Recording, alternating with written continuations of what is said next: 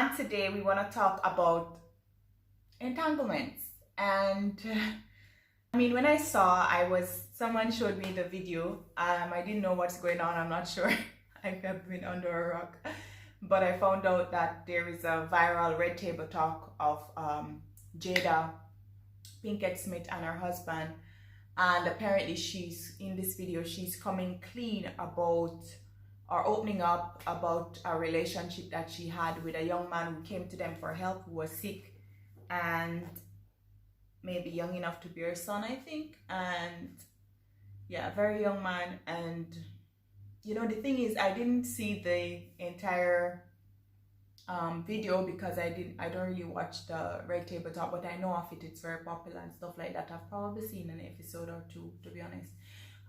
But so I saw the remix video of the whole entanglement part, and it was like kind of funny, the fact that you would be describing, you know, a relationship as an entanglement and everything like that.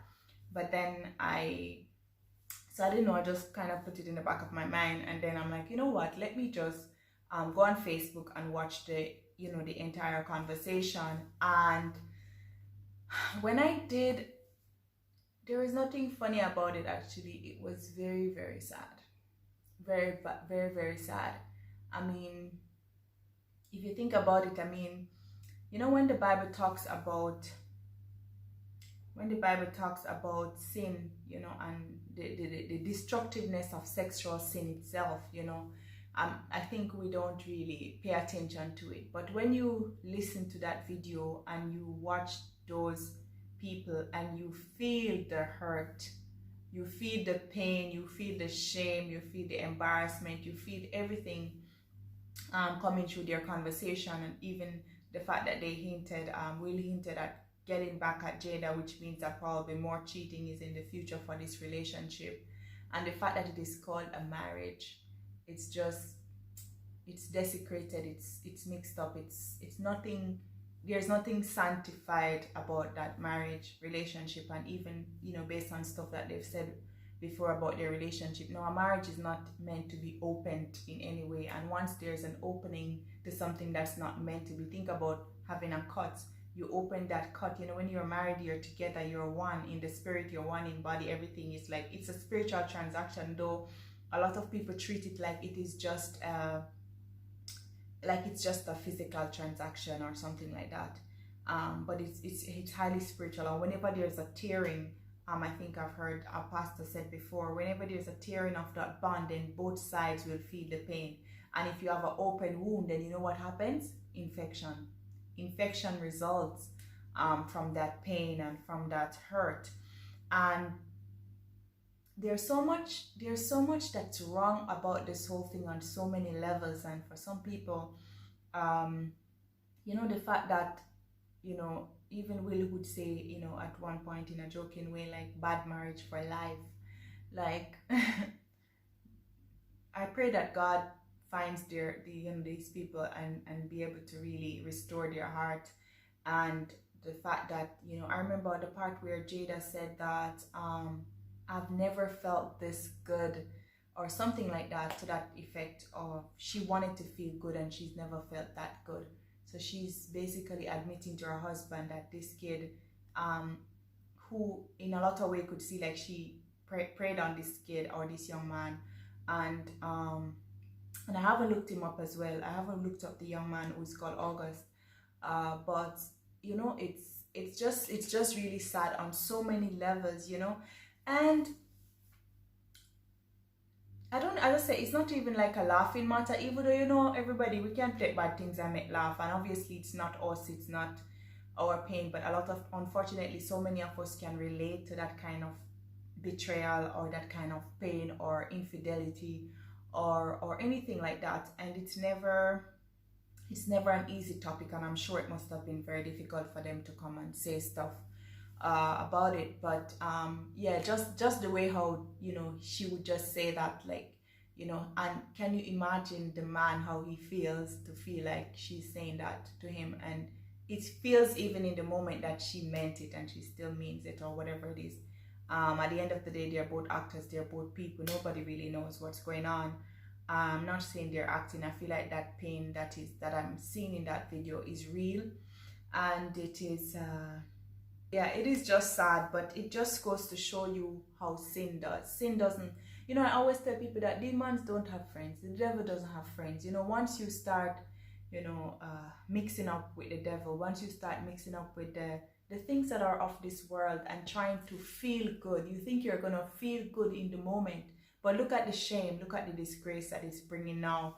And I am in no position to condemn Will or Jada or anything that they have done, but it is quite obvious that when you move away from the things that are of God, you see how destructive, you see how bad, you see how nothing good is gonna come out of it. And even as I said, sometimes it gets hidden for years or for a season, but the devil is gonna really try to get you back, because as I said, he's not your friend.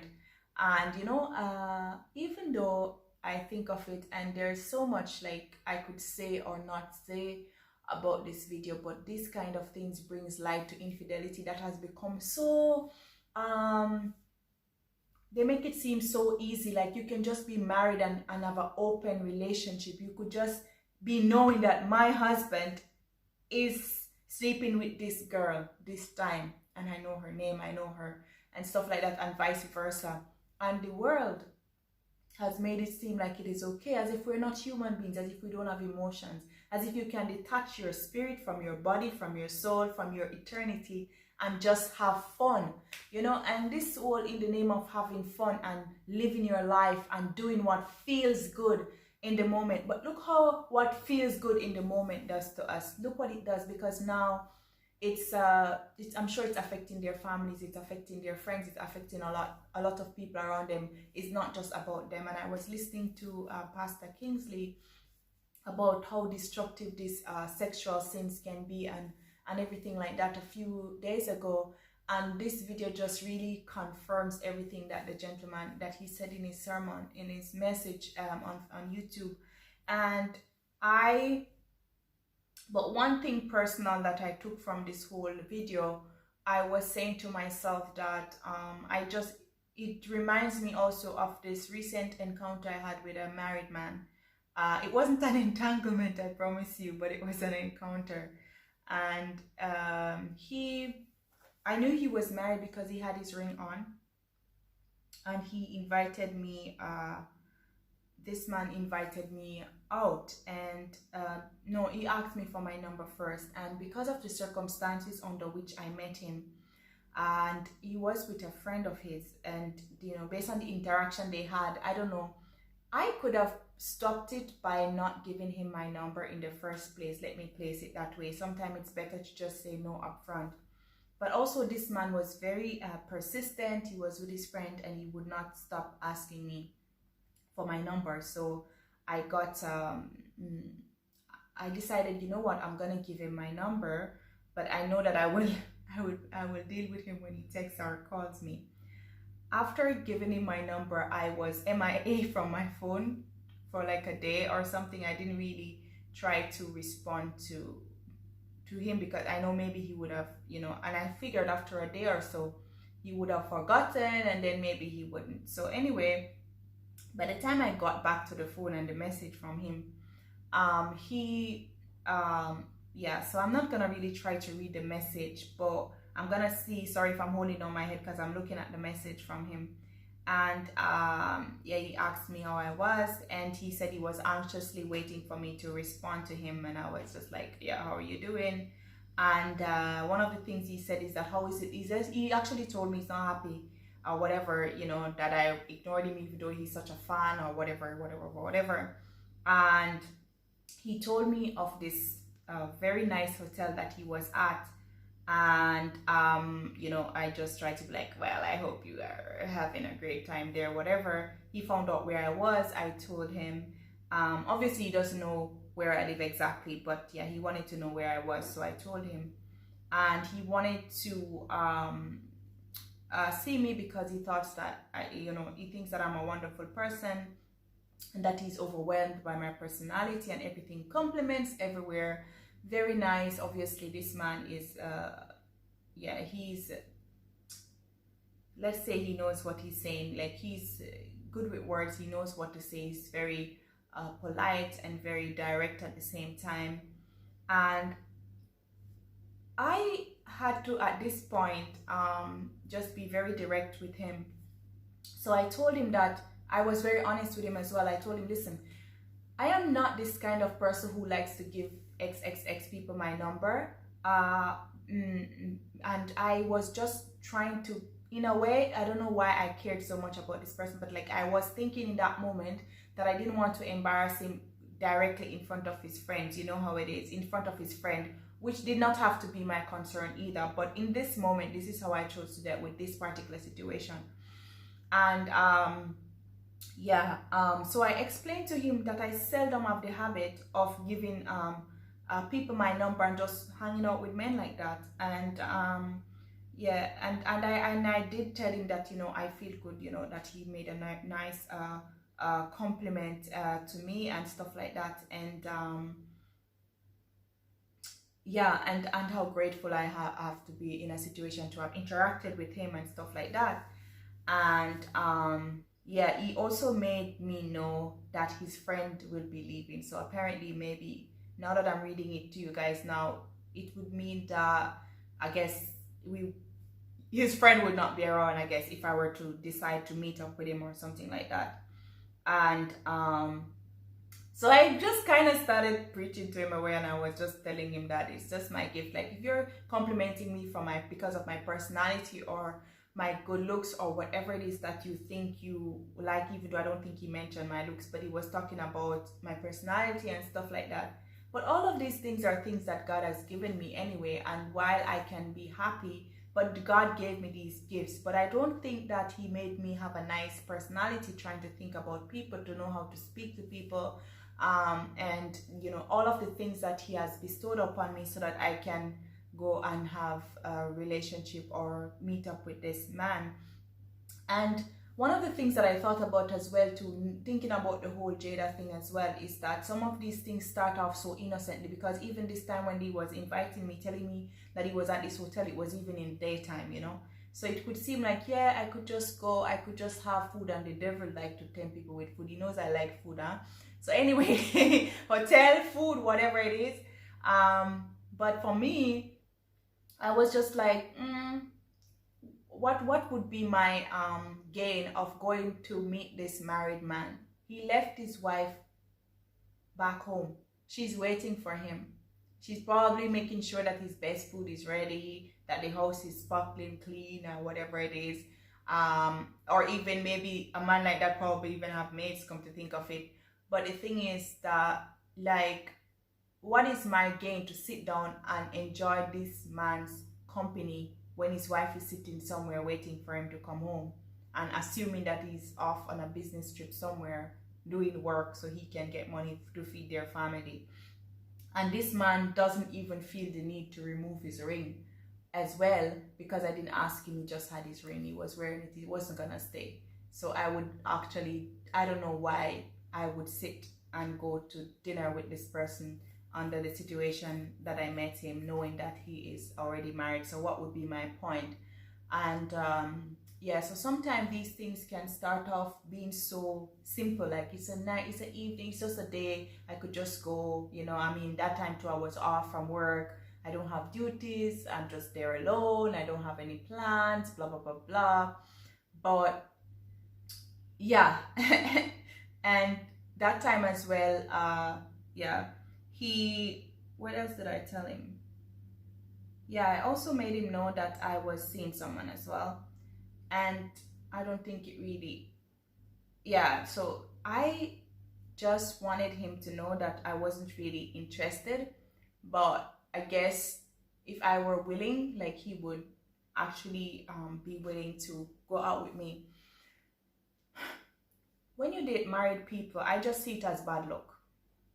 I see it as bad luck because God already, like, specifically said in his word that we shouldn't, and because of the ripple effect that it has. And for me, I remember when I was a kid, my grandmother always told me that you should never allow anybody's yai water or tears to quail on you. And that time when she was telling me, it wasn't about a relationship. I was a teenager, I think. I wasn't in a relationship or anything like that. But somehow every time when some mix up happen or some entanglement starts to try to find me out, I always think of the fact that grandma says, don't let the tears of another woman dry up on you. You know, don't let the tears of a kid or anybody that you feel like because you want to make yourself feel good in a moment that you're going to do that. And I will be here eating his money, enjoying his life, and enjoying the pleasures of going to nice hotels with him or whatever it is. And his wife is just there waiting for him. And I don't think that I would feel good to be that guy. I don't think I would feel good to be that guy. I'm just listening to all of the modern gossips now from people. But yeah, you know, it just makes me sad. It just makes me sad, and I just don't want to be a part of that lifestyle. And I pray to God to give me the strength, you know, to flee fornication, to flee adultery, to flee entanglements, to flee all of these temptation, because they come and they always look like they're cute, they're pretty. They don't come right away and it's like you're finding yourself in the person's bed in that moment.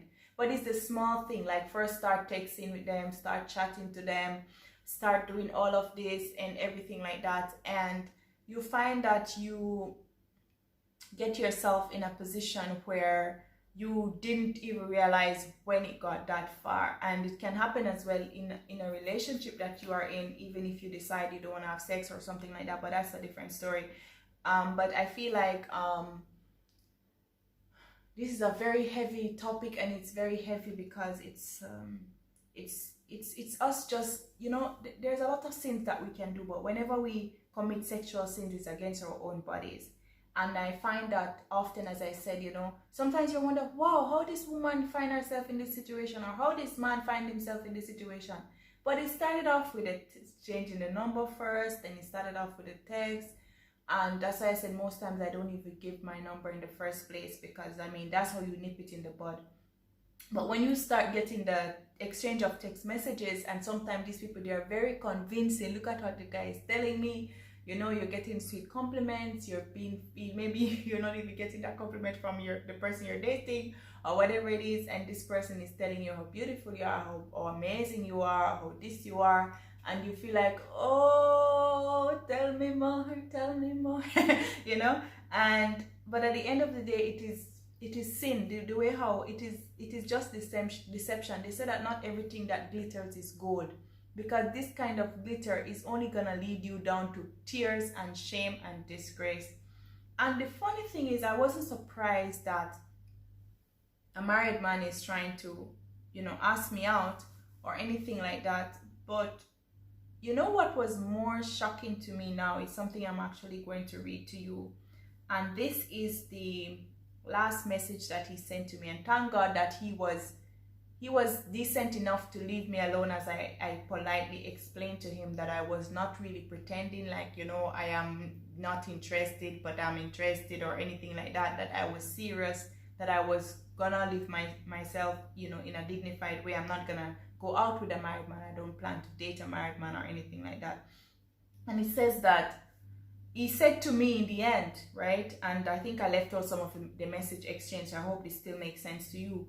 But it says that God bless you and keep you safe in all your journeys. Thanks, and remain faithful to your love. And he said, I am proud of you and your character.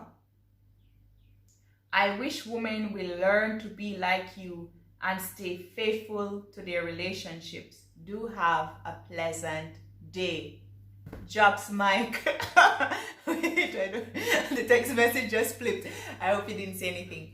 But yeah, and that was the surprising part, because even this person who is trying to lure me into an adulterous relationship or trying to get me to start dating him or whatever it is, what kind of pleasure will he have in my company, a woman who is not his wife? And not just like, you know, as I said, it's funny how these men at the end of the day, so this is what he's writing to me after I rejected that relationship or that encounter or entanglement or future entanglement with him.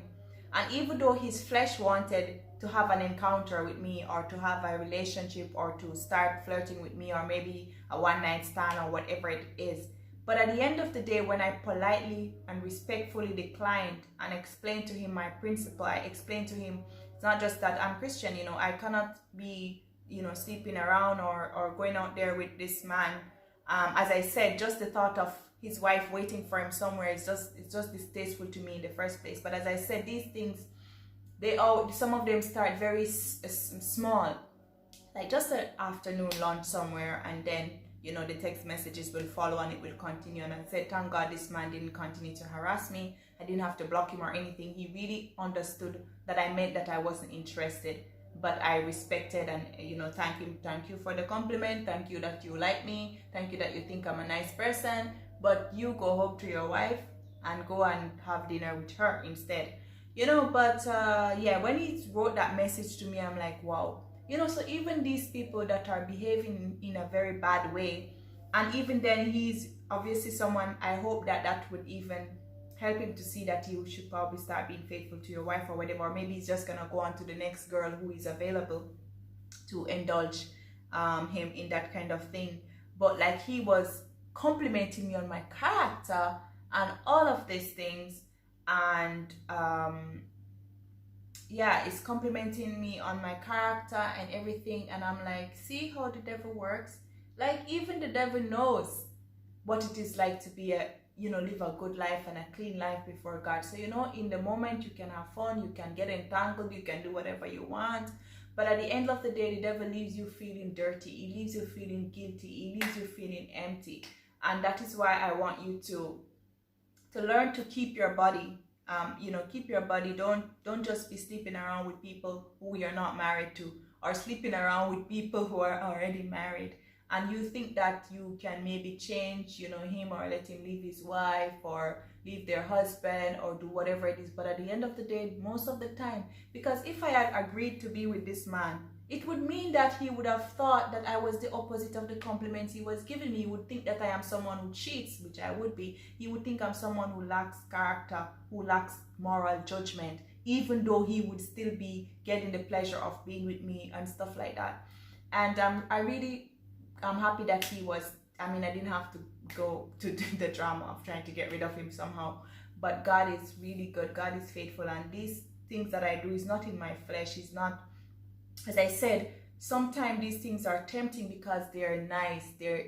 Some of these people, they're inviting you to nice places and to do nice things and fun events. And some people, they can afford to buy you very nice things, very expensive things. So it's not just, sometimes these men, they can afford to show you a good time. They can afford to, and in the case of women, often maybe as even Jada might have mentioned, it might just be like, yeah, you might not need the money, or you might not need to go to the nice hotel, but you might need to feel good, you might need to feel loved, you might need to have somebody. Some of these men, even some of these younger men too, who approach older women, and I've had situations with that as well, because I tend to look younger than my age, and then I find that the younger guys, especially even 22, and I'm like, I don't plan to go to prison, and I've had to be like, no, like, there's a limit, and I'm not going there, or stuff like that. But yeah, so it's not easy, but it is possible, because the flesh is there, and you have to learn to pull your flesh under subjection. You have to learn to pull your flesh under subjection to God and to his will, and not just feel like you have to enjoy the moment, because at the end of the moment, if it's not within the bonds of marriage, or of a happy marriage, or a marriage that is built on the foundation of God, then you're gonna find yourself in tears. You're gonna find yourself feeling so bad, and you're gonna find yourself feeling like maybe it wasn't worth it after all. But then it's already kind of late sometimes. But even if you're somebody who's already been involved in stuff like that, like, you're still alive, and God doesn't condemn you. But what God calls us to, just like the woman who was caught in adultery, he didn't stone her, he didn't allow them to stone her, but he still said to her, go and sin no more. So he said to the people who wanted to accuse her So for those of you who might want to accuse Jada, like, let him without sin cast the first stone. And I don't feel I am in a position even to cast a stone on her or her family or anything like that. But it should be something that opens all of our eyes to our own entanglements, our own shortcomings, our own secret sins. Nobody's gonna leak our sins because we're not a celebrity or we're not famous and we're not very rich. But the thing is that God is able to leak it because God sees everything. So for them, they have so many eyes, so many cameras, so many people on them. But for us, you know, we get the chance to be, you know, in the secrets of our homes and these things like that, and people might not know what we're doing. But I always know, even if I'm alone with someone, I know that even I'm alone with this guy, or if I'm alone with somebody's husband or whatever it is. Usually I'm not alone with somebody's husband, but I'm just saying that if you find yourself in these situations, you know, you should remember in the moment that yes, your husband doesn't know, your wife doesn't know, maybe sometime they will never find out, because you know, people can lie. Some people, they lie so much that they will thief milk out of coffee. They will do anything. They lie until you can't even figure things out. But what I'm saying is that I always remind myself that God knows and God sees me, and I live in a country where I don't have relatives, I don't have people from my church growing up and stuff like that. And I know that if I wanted to think I'm stupid enough to get away with certain things, maybe it would never reach back to Jamaica, I would never reach back to my family or stuff like that. But whatever I do, I try to remind myself that even if my family doesn't find out, or my friends doesn't find out, or the people who watch my videos doesn't find out, but God knows, because God is omnipresent, God is everywhere. So live your life, even your secret life, in a way that will be pleasing to God. And I know that it's easier said than done, but I just want you to be encouraged to avoid getting yourself into certain situations. And if you find yourself already in situations where you might not feel like it is the best thing that is pleasing to God, then there's always an exit. If you have to break up that relationship, or if you have to, you know, take away yourself, or move away, or do whatever you have to do. But the problem is not to sin, but the worst part of it is to continue in sin. And most of the temptation, that all of the temptation that we get in life, we always have a way out, a very good way out. And so pursue those methods, and don't think that you're going to feel good in the moment without thinking of the repercussions that's going to happen in the end. And I know I have talked too much, and yeah, I have a very heavy heart today actually, but I know that God is faithful, and I am really happy that I was still able to make this video. And thank you so much for watching my video. Please like, comment and subscribe to my channel.